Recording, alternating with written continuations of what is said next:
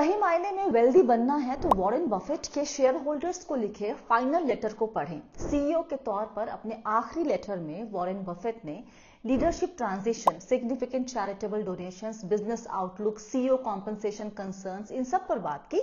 लेकिन मेरे लिए 5 की टेक अवे उनके personal philosophy and life lessons वाले पार्ट से है। नंबर 1, वॉरेन बफेट जो अब 95 इयर्स के हो चुके हैं, अपनी जिंदगी के सफर को देखकर कहते हैं कि उन्होंने बहुत असाधारण किस्मत पाई है। वो मानते हैं कि जिंदगी में सफलता में केवल मेहनत नहीं बल्कि परिस्थितियों का भी बहुत बड़ा हाथ होता है। और वो ये भी कहते हैं कि इतनी लंबी उम्र तक पहुंचने के लिए बहुत मात्रा में गुड लक चाहिए होती है। क्यों ये बात अहम है? वॉरेन बफेट ये मानते हैं कि उनकी पूरी सक्सेस सिर्फ उनकी जीनियस ब्रेन या फिर हार्ड वर्क की वजह से नहीं थी। ये बात वो बड़े हम्बल तरीके से कहते हैं कि भले ही उनके पास कमाल की बिजनेस एक्यूमेन और इन्वेस्टमेंट स्किल्स थी, लेकिन उनकी जर्नी में टाइमिंग, सर्कमस्टांसेस और कई रैंडम इवेंट्स का भी बहुत बड़ा रोल था। दुनिया के सबसे सफल इन्वेस्टर होते हुए भी इतनी ईमानदारी से अपने लक और कॉन्टेक्स्ट को क्रेडिट देना, ये खुद में एक बहुत बड़ी बात है। ये उनकी इंटेलेक्चुअल ह्यूमिलिटी को दिखाता है। ये मैंने किया है, मैं ना होता तो ये कभी ना होता। हम में से अधिकतर लोग इसी ख्याल के साथ जगते हैं और सोते हैं। यहां take away, be humble about your success. Number 2, उन्होंने उन सभी लोगों के बारे में लिखा जिन्होंने वॉरेन बफेट को बेहतर बनने के लिए इंस्पायर किया, और इसमें सबसे पहला नाम था, yes you guessed it right, Charlie Munger का। उन्होंने लिखा कि मैं शुरुआत करूंगा चार्ली मंगर से, मेरे सबसे अच्छे दोस्त पिछले 64 सालों से।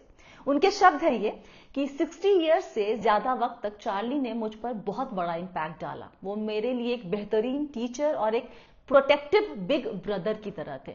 हमारे बीच कई बार डिफरेंसेस रहे, लेकिन कभी आर्ग्यूमेंट नहीं हुई। आई टोल्ड यू सो, ये उनकी वोकैबुलरी में था ही नहीं। And that's how friends and friendship should be.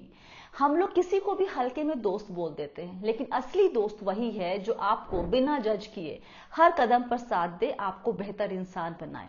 अपने कोर सर्कल में ऐसे दोस्त रखें और ऐसा दोस्त बनने की भी कोशिश करें। नंबर 3, उन्होंने लिखा है कि अपनी पुरानी मिस्टेक्स के लिए खुद को बहुत ज्यादा मत कोसो, उनसे थोड़ा सा लर्न करो और फिर आगे मूव ऑन कर जाओ। इंप्रूव करने के लिए कभी भी देर नहीं होती है, बस सही हीरोज ढूंढो और उनको कॉपी करो या उनसे कॉपी करो। Take away, choose your heroes carefully. अगर आज की तारीख में आप किसी को अपना हीरो मानते हैं तो वो कौन है? कमेंट कीजिए। नंबर 4, ग्रेटनेस पैसे, पब्लिसिटी या पावर जमा करने से नहीं आती। जब आप किसी की मदद करते हैं किसी भी छोटे या बड़े तरीके से, आप असल में इस वर्ल्ड को, इस दुनिया को बेहतर बना रहे होते हैं। Kindness is costless but also priceless. और चाहे आप रिलीजियस हो या नहीं, द गोल्डन रूल यानी दूसरों के साथ वैसा ही व्यवहार करो जैसा आप अपने लिए चाहते हैं, इसे फॉलो करने से बेहतर कोई गाइड टू बिहेवियर नहीं हो सकती।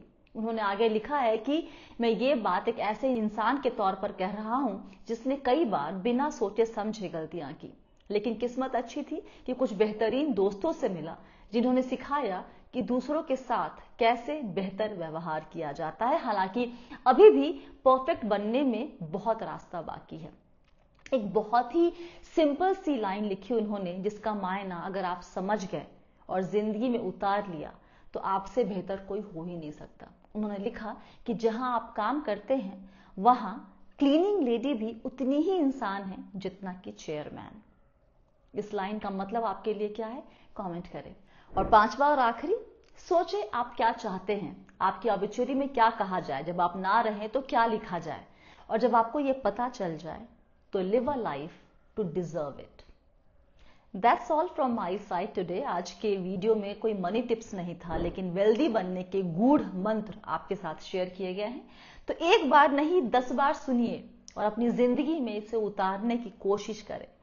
पूरे लेटर का लिंक पिंड कमेंट में डाल रहे हैं, जरूर पढ़िएगा। वक्त देने के लिए बहुत बहुत शुक्रिया। याद रखिए आप है मेरे यानी स्वाति के साथ, और हम सब हैं बहुत ही सावधानी और समझदारी के साथ अमीर बनने के सफर पर। Stay blessed, healthy and be wealthy.